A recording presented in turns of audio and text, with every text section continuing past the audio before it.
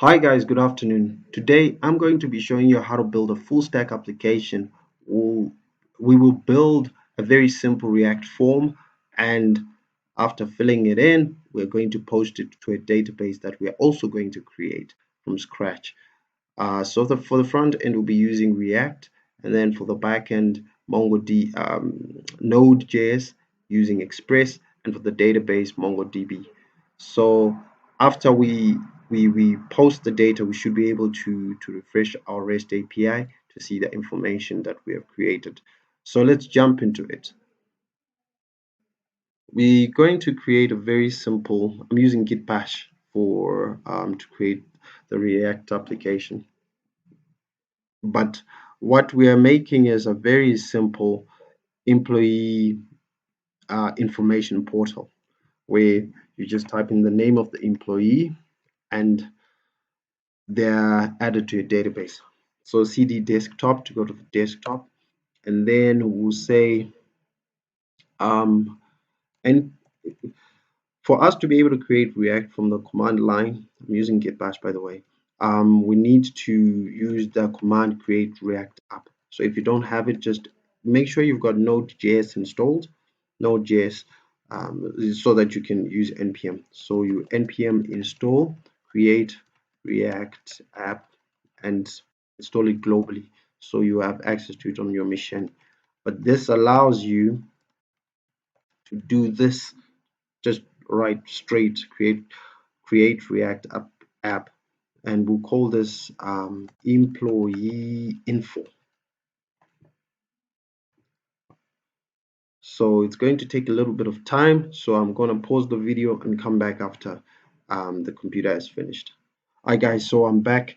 The computer just finished installing. Happy hacking. So I just need to open my Visual Studio Code.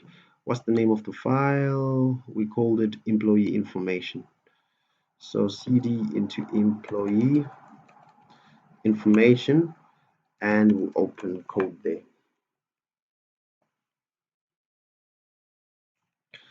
So now that we're in, this is the boilerplate React project, and there's a lot of information that we do not need that we're just going to delete. All this information, we are just going to delete it, and move to the recycle bin. We want to be left with our index.js, index.css, and app.js. So in the app.js, we will remove a lot of this information as well, and all this will remove as well, such that we are only returning an empty bracket. Yeah. Well, so in React, we could name this div, but the challenge is that sometimes you don't want it to render the div. So if you just put empty brackets like this, it will still send out a very good, the necessary information. So just let me just take the I'll also copy that line of code, import React from React, and then so the app is exporting to the index.js file in here, and it's used here. And all of this is transpiling into the root, a div with the ID of root, which can be found in the public folder, public index.html at the bottom there. This div is where everything will come in. This no script tag will come out when the user, or the client rather, doesn't have has JavaScript disabled. So yeah, to just test if everything is working properly, I'm just checking whether anything might cause us to crash. I don't think so. So we can just test button H1. This is called JSX testing 101. It looks similar to HTML, but the difference is you can mix it with JavaScript. So if we go back to our terminal and we just say npm start, npm start should start our server for React so that we can see everything that we're typing out. as it happens.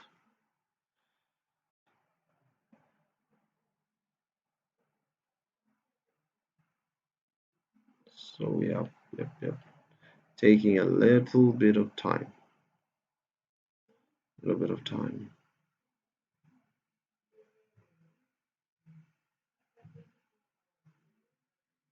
Yes, testing 101.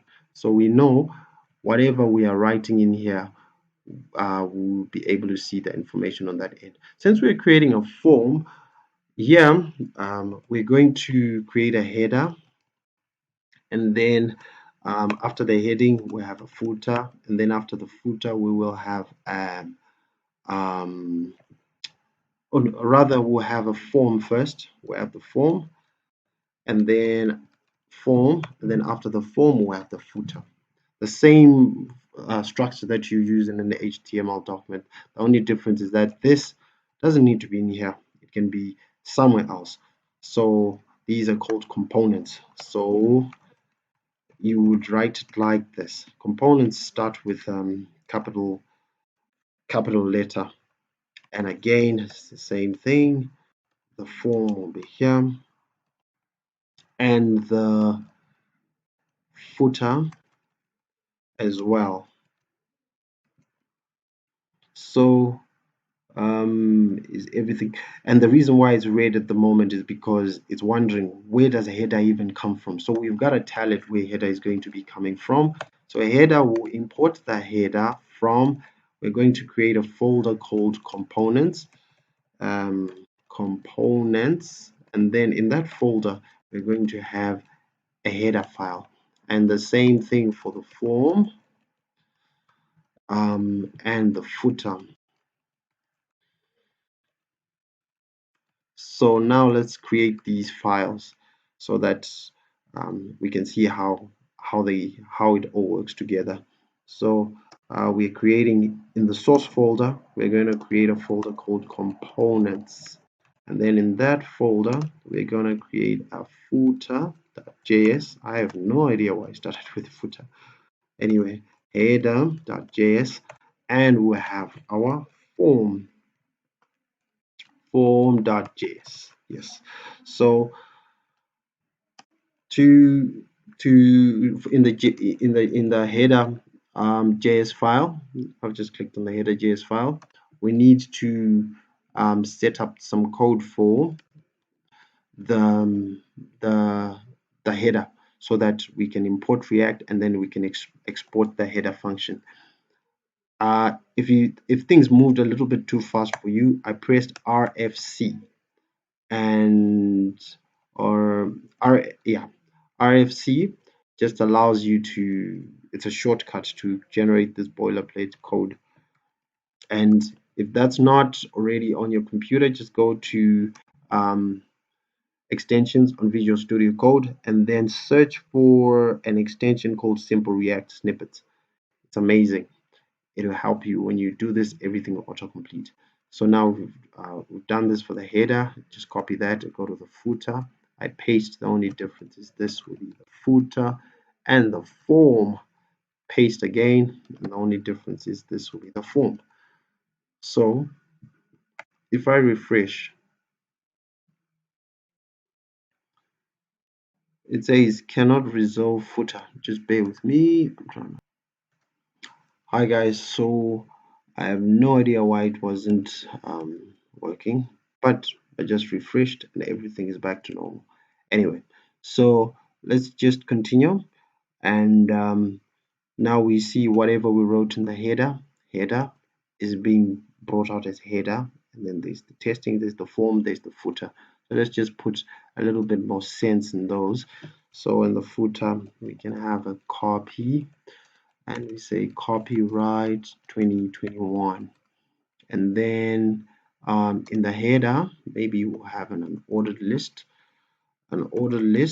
of ordered lists, and inside we can have maybe a list of the, maybe we can say home about, I mean these are just dummy, but in reality when we want to create links in React so that it's a one-page application, we'll use a router. We're not going to go much into that today.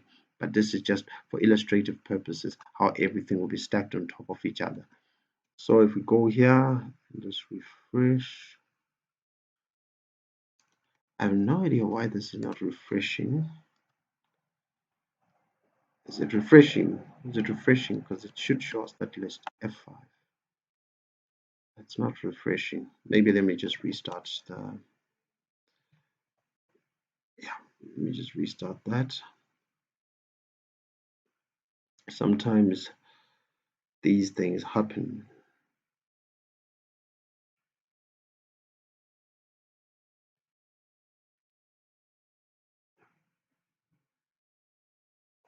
Yes, so now we've got our home, our about, and the copyright. So we just need to work on the form.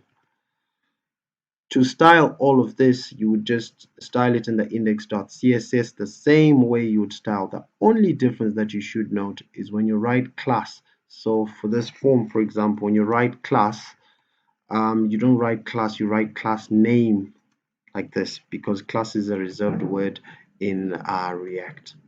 So in the form field, what we'll actually do is we won't have a div, we'll have a form.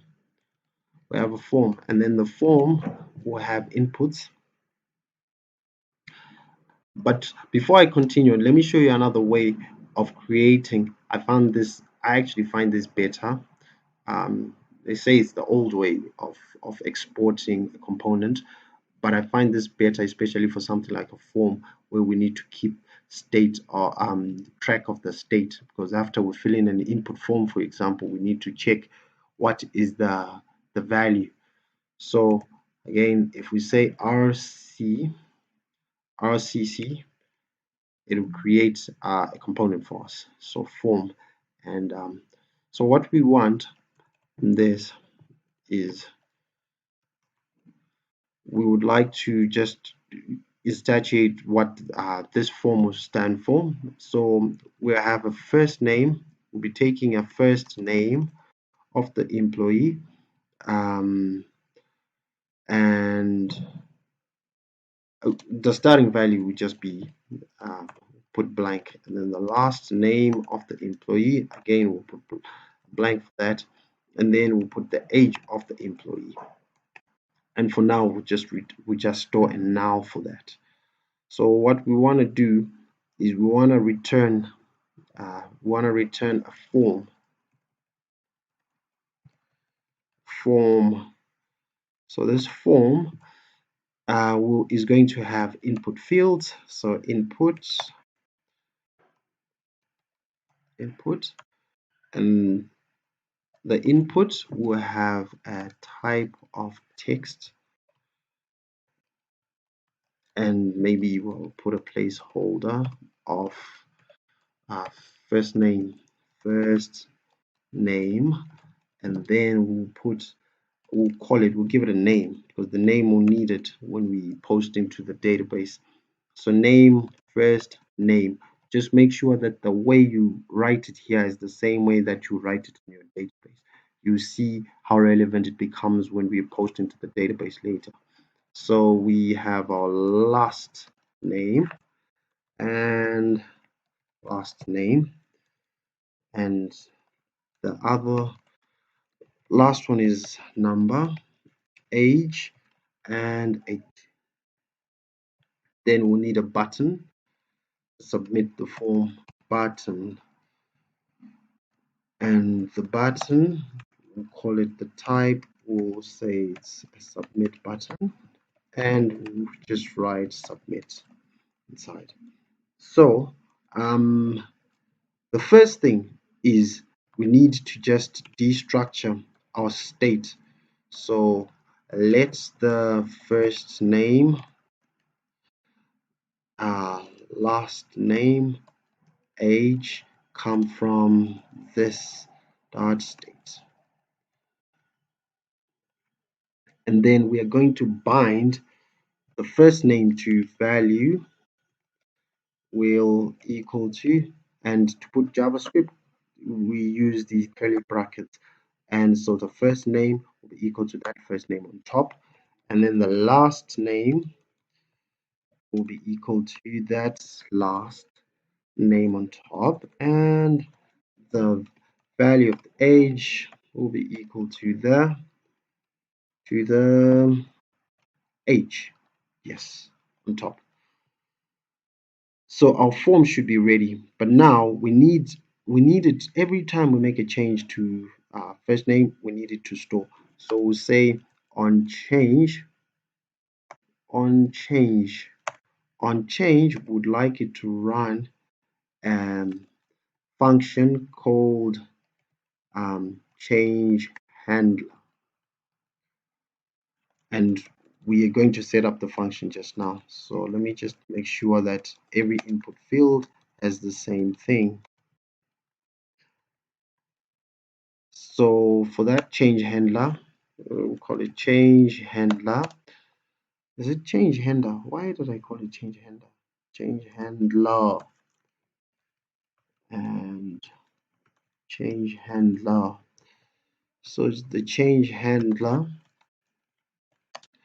will be a function. We use a arrow function in order for us to preserve the ability to use this keyword. Very powerful. So anytime there is a change, would like this dot state, set state, would like to set the state for the we use the e dot target dot value dot the name, and make it equal to the e. Will replace the value of the same.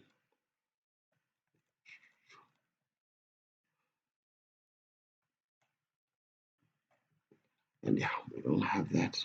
Yes, so this should allow anytime we click on we change the value which is in the input, it should take whatever that value is, use the name as we have written the names in here. They're consistent. First name, you can see first name is consistent with the name of the input field.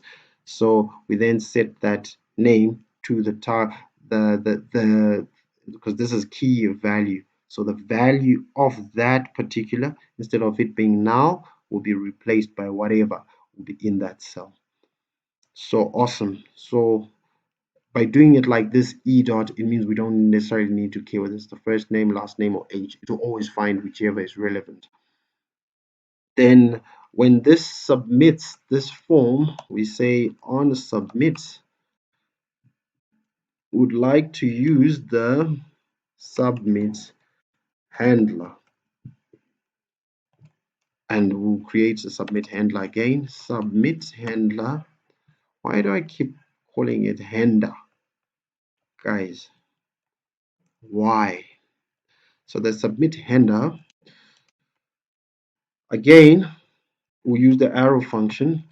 First, we have to prevent default behavior, because the computer would tend to want to refresh the page, so we have to prevent that. And then we are going to use the fetch method to post the data to the URL. So the URL will come here. We don't have the URL yet, but we're going to fill in something later. And then a fetch also needs us to give us the method. In this case, the method is post. And then the headers, we know that the content type will be application slash JSON. So this will fix it. So when the information is sent to the server, we know it's going to be a post request, and we make sure that it's JSON. And then the last thing we need obviously to do is also send the information which is under the body. So what do we want to send for the body?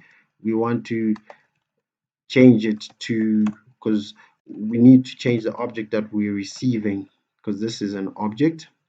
This state we need to convert it to JSON. That's why we say JSON.stringify, and we need to stringify this dot state. So awesome. Now we should have something which is working. However, to test this, because we don't yet have the REST API to put the data to, maybe I'll just comment this out and we can just console the log for now.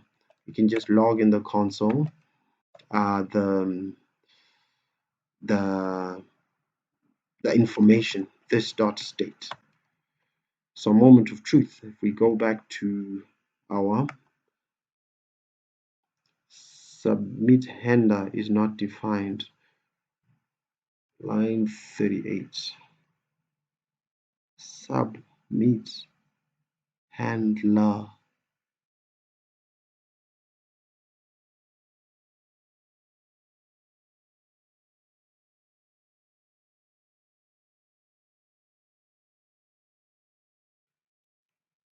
I want, oh, my bad, sorry, gotta say this dot submit handler. Yes. So now if we open our console, I'll just put it on the side and we'll write Caleb Bosher and age 32, and then we submit.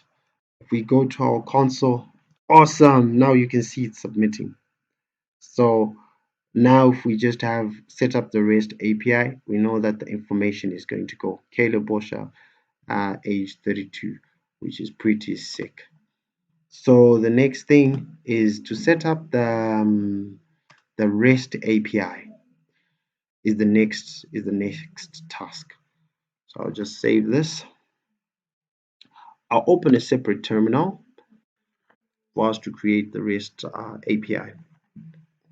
So for the REST API rather, or REST, sorry, forgive me. So we will use, of course, you know, you need Node.js, Node.js installed. So Node.js download.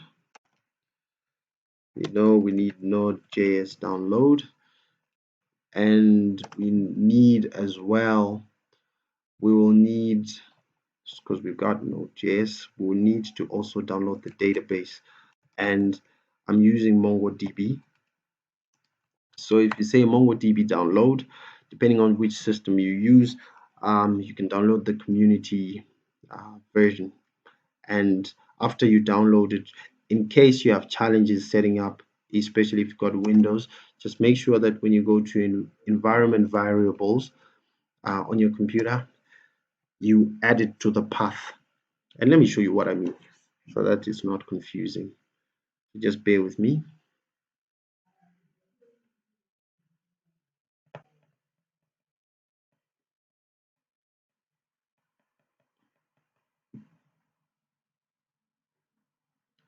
So while the environment variables are coming up, I will just open a new, I've opened a new terminal. So the environment variables are up anyway. So if we click on environment variables, if you click on the path and edit the path, you are going to need to add new, and then you add C / program files, MongoDB server 4.4 / bin. Of course, maybe by the time you're watching this tutorial, it's another version. So just, you can literally just go to this path and see on your computer where this bin folder is, but it should be in program files, MongoDB server 4.4 and bin, or whatever version. So that way you can now use MongoDB from your console. So let me just close these so that our screen doesn't have clutter. Again, we'll go to the desktop, and then we'll create directory, and we'll call it tut backend. And then we'll go to the tut backend and we'll start a project for the backend. So we say npm init to initialize the application, and yes to all the questions that we're going to get. Awesome. So to set up the server, we'll need to install Express, npm install express. We'll use course because we're going to be trying to access both the server and the backend from the same origin. So we need course to be able from the same IP origin. So we just need to course to handle that conflict for us.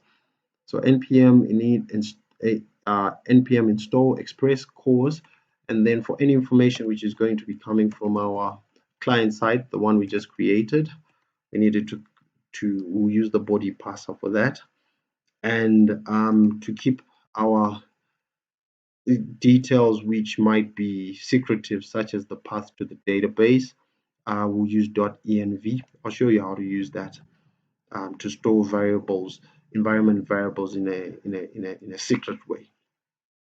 And then we'll need node-mon to continue to restart the server. So while that's starting up, I've just installed these. I'll just open a new terminal and navigate to the same folder and launch Visual Studio Code. I think we can safely close. Well, I guess we can just minimize. We're not really using it. So if we go to, I was going to close the front-end application, but there's no need really. So we go to the desktop. Oh, in fact, this finished, so no need. We can literally just use this. Open code editor, so that we set up the backend and the database. So if we go to our package.json, we need to, on the script, we need to add a start script so that we can, so node-mon, and the entry point is index.js. We'll save that. It's awesome. So we have to create the entry point index.js. Oh, by the way, the entry point should be consistent. See what it says main index.js. Yeah. So index.js, we know that to set up our server, const will require express and require, we need to bring in all the packages that we're going to be using this way. This is how, because we've installed them, so this is how we're bringing them into the project so that we can use them. Body parser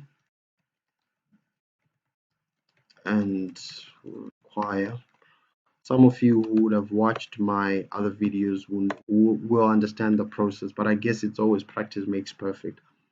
If we know how to do it consistently, then we know we are able to achieve the same result consistently, which is really cool. That's why we do this.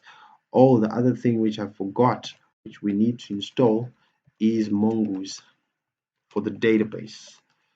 Require.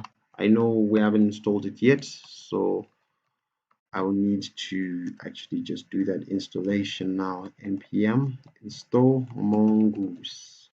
Yes. Mongoose is going to allow us to set up a schema for the data which will be hitting our database.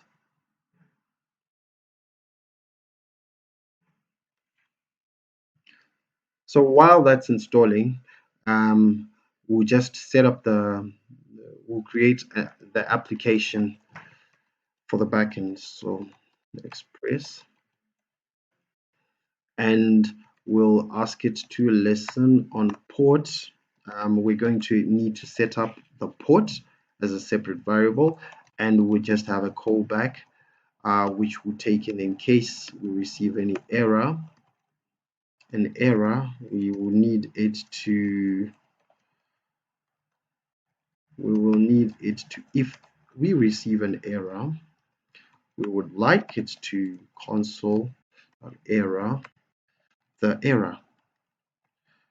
Otherwise, we would like it to console.log, and we'll use our template literals. In fact, to just clean this up, I can just use a ternary operator so that we don't have many lines of code. This is a shortcut to achieving the same thing. backticks and we say we are connected to ports and port. So I've used backticks. This allows us to take JavaScript object in a string, or JavaScript information in a string. So we could do a math operator, we could do a string, or whatever we want there. So because we've declared this port thing and it's not yet there, we need to just remove this extra bracket. So we need to declare what that const is, port. So that port, we will need to set it out separately. So we'll leave that blank for now. Let's just create a file called .env. So if you recall, .env will enable, oh, why am I writing that? It's not supposed to be .env. .env like that. And here we have a port. We use port 5000, and if I save this and I go here and we bring it in by writing process.env.port, that's how we're able to, if we do it like this, that's how we're able to retrieve from this file the port number, and it will remain hidden. So let's just start the server to see if it's running. If you go to terminal, new terminal, Windows Visual Studio Code rather has an integrated terminal, which is really cool. So we can actually test if the port is connected. If so, we just say npm start. Remember, we wrote the start script here in the package.json. So something went wrong. What went wrong? Console error. Oh, you see, I wrote error and then some reason I have no idea why I did that. Anyway, now it's working. We are connected to port 5000. Awesome. So if we go to port 5000 now, our local host, and we just change that to 5000, cannot get. Awesome. So it means we are connected. However, because we don't yet have a route, we don't yet have a router, it's just saying we cannot get. We will set that up. Awesome. So the next thing is just we also need to connect our database. So database URL, one word. We will need to set this up again, but we'll set it up in the environment variables. Database URL and equal to. Now, because we've downloaded MongoDB and installed it on our computer, we can actually start the database server on our computer. Now we're going to just illustrate what we mean in a moment. I've just opened a new terminal. Where's the new terminal? Oh yes, there is the new terminal. And MongoDB. If you've done all those installations that we discussed earlier, if you type in MongoDB, it should start the MongoDB server on your local computer. Just have to be patient while it starts up, does its thing. Now it's finished. So be careful not to rush it, because sometimes if you rush, you fail to start the server if you try to access it. So to access the server, I just opened a new terminal and I'm typing Mongo. So Mongo, now awesome, we are connected. So we've got to copy this URL connecting to Mongo, this is what we want, and right click and copy. And we are going to paste it here. However, we need the name of the database here. So we will create a database from this new console that we have, where we just type Mongo, where we're querying the database, and we'll create, let's just say show DBs, see the databases which are there. So we've got to create one, just say use, so maybe we'll call this employees, use employees. So now we've got a database called employees. It means if we go here at the end of this, we are going to be posting information to this database called employees. Awesome. So again, to access it, process.env dot database URL. Awesome. So because we've got the URL access now from the application, we'll need to connect Mongoose as well. And to connect Mongoose, we just need to say mongoose dot connect, and for the connect, first argument we need is the database URL. The next is use new URL parser. Just set that to true. It's just important so that it doesn't give you an error, or at least it doesn't fill your console with unnecessary words.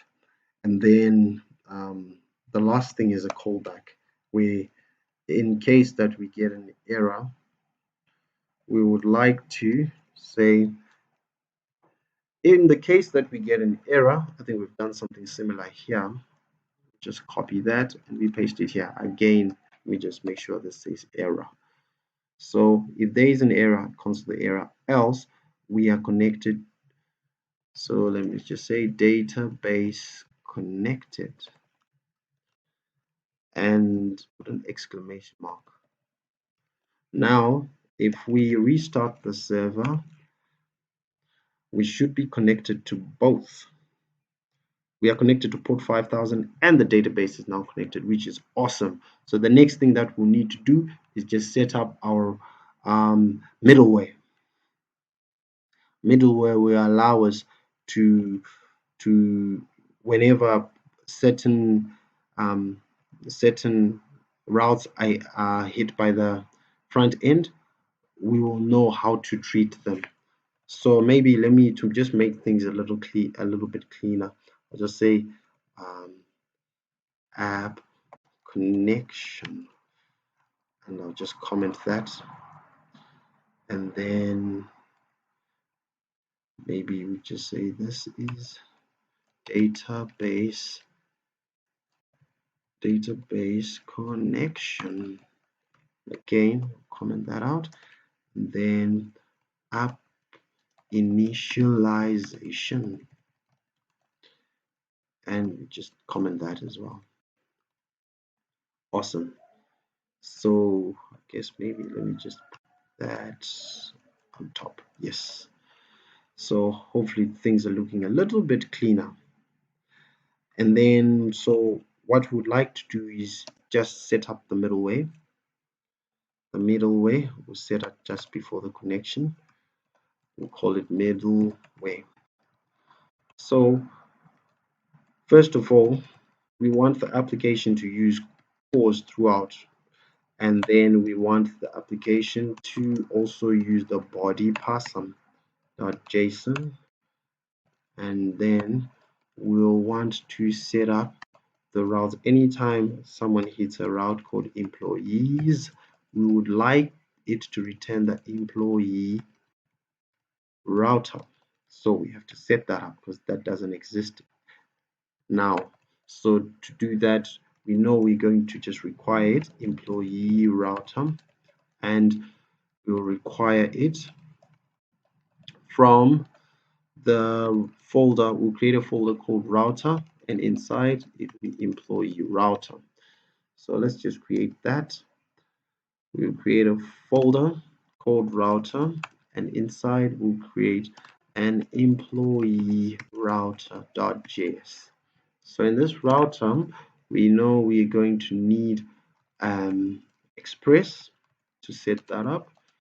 So this will require Express, and then we know we will need to set up the router itself by through express router.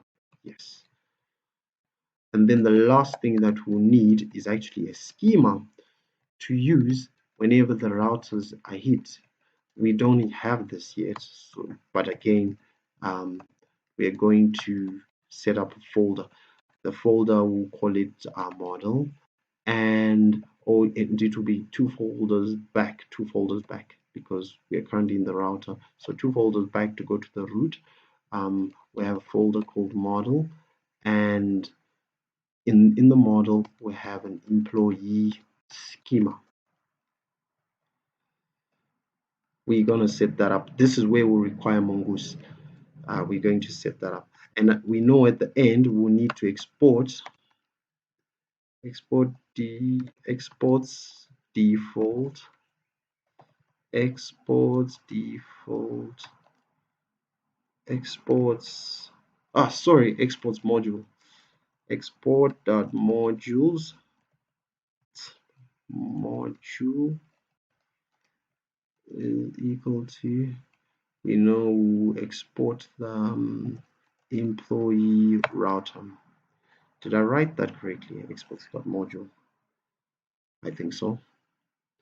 So yes, we should be fine for now. If we just, let me just see if we don't get an error.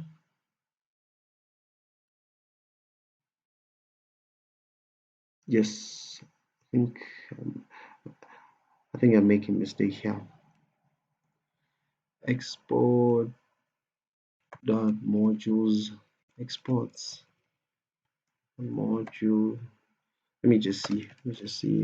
Export module Node.js. Guys, I'm troubleshooting with you. Module.exports. Oh my word. Module.exports. Yes, employee router. Whew. Yes. So now we need to set up the schema. So the schema, again, if we go here and then we just create a folder, we'll call this model. And then in the model folder, we'll have an employee schema.js. So in the employee schema.js, we'll need Mongoose to set up the schema, require, and Mongoose. And then we'll need to set up the employee schema by saying mongoose.schema, and then in the schema takes in an object. We know we're going to have a first name, and this will be a string. The type will be string, and then we know required will be true, and then we know we will need something similar for the last name, and the only difference is this is last name, and then for the age, and this again should be number. Why am I writing age? Number. Yes. And then again module.exports, we will need to export the Mongoose model, and the model, this is for the employee, and we are using the employee schema that we just created above. Awesome. So this should be set up, and these names should be similar to the ones we set up in our front-end application here. Where's the front-end application? Here. This name, first name, this, because this is what we'll use when we post to the database. So let's just go back, just minimize this. So the schema is done, and it's imported here as well. So now let's just set up the routes, the routes rather. So employee.router.get, when someone hits the get route, what would we like? We know we're going to have a request, and we're going to need to send a response this is from the backend.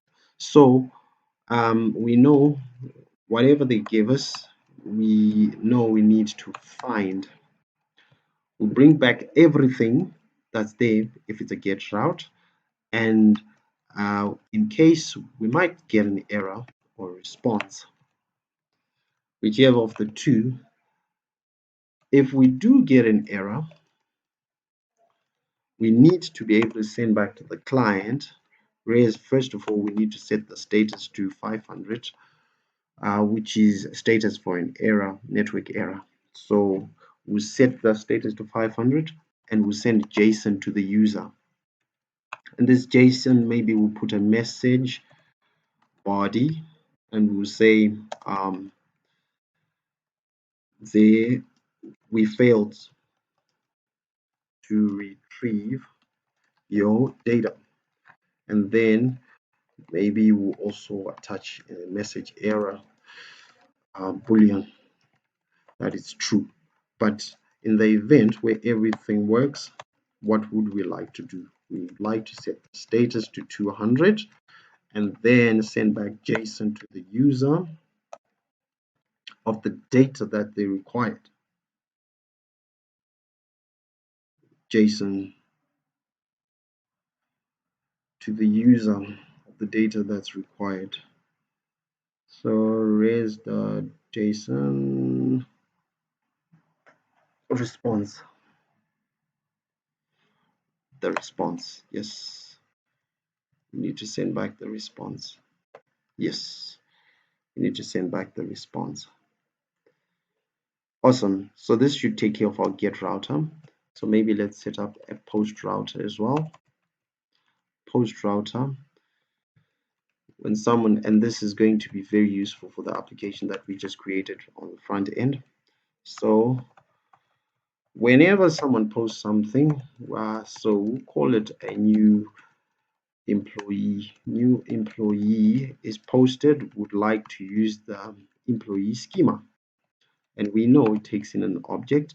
And the first thing it takes, we know it takes in the first name. And we would like to get the first name from the request of body, the first name. And then we know we will also have a last name and request.body.last name. And then the last thing we'll have is the age. So request.body.age. Yes. So now we've got a new employee. So we need to save the new employee. So new employee, save that employee. And then after you save, we need to send back something to the client. So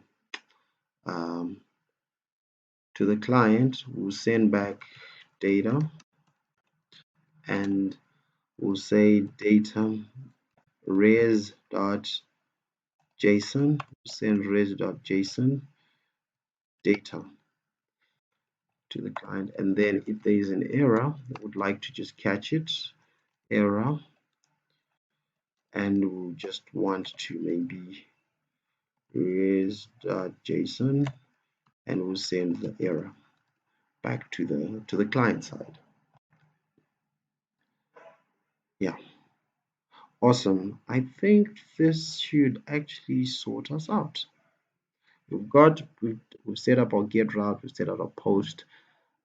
Yeah, so this should be fine now.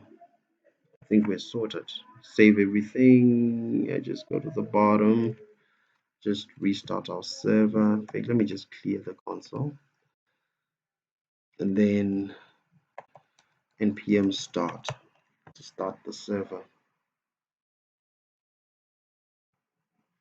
So now if we go to just test whether our application is working, if we go to localhost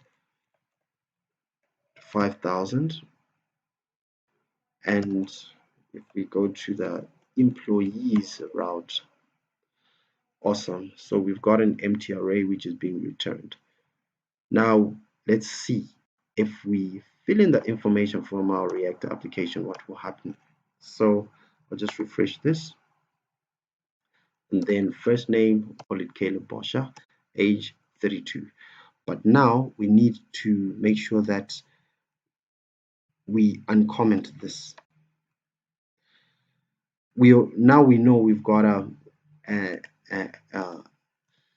link for the API. So I've just copied this because this is the same route where we are adding the employees. And yeah, so now if we do this, let's just say Caleb Boscher. Let me just make sure it refreshed F5, refreshed. So if we say Caleb Boscher and age 32, if we submit, if we go here and we refresh, boom, we've got Caleb Boscher. So guys, we have done it. Let me add someone else. Let me just say Esther Nemwa. That's my sister. She's 27. So if I submit, if I go back to the get route, you can see the database is filling up.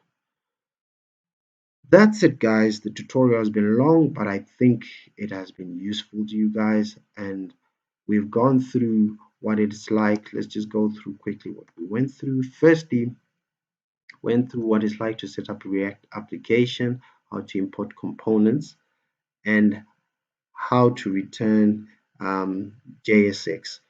And then we went over how to set up the different components, of which in the form we didn't use the normal method of just exporting a function as a component. We used the class. This allowed us to use the this keyword where we had a constructor, which allowed us to set a state for what the form will look like. And then we set up the form down here. We first set up this form. Then after destructuring the state, we were able to access the specific fields that we want to be tracking and bind them to the form. And then on submit, so firstly, on each input, whenever there was a change, we set up something which was updating the state so that it was always up to date. And then after the form was submitted, we set up a submission handler, which was sending everything to the REST API, which we then created. We created the REST API by first just installing a couple of dependencies: Express, Course, Body, Parser, Mongoose, .env, and we had to set up the server by creating a port. But the ports, again, if you recall, we set them in a file called .env so that we can hide them. And after we did that, we connected the database as well, where we use the database URL, and we're able to use ternary operators to tell us whether the database was connected. Then after that, we set up the employee routes, and the middleware is what's enabling us to use the routes. So in the routes, we had to create a schema, of which in this schema, we used Mongoose, where we set up a first name, last name, and age, the information that we need to query the database, or at least to control how information comes into the database. And then in the router, we basically then set up the different routes for getting posts and posting. We've tested both of these and they work because we know we've posted, because we've got a front-end application which is posting, and then we know as well that we have we can get the information, because when we hit the API like this, we're getting information back in JSON format, which is pretty awesome. It's been a long tutorial, but hopefully it's been worth your time. Thank you.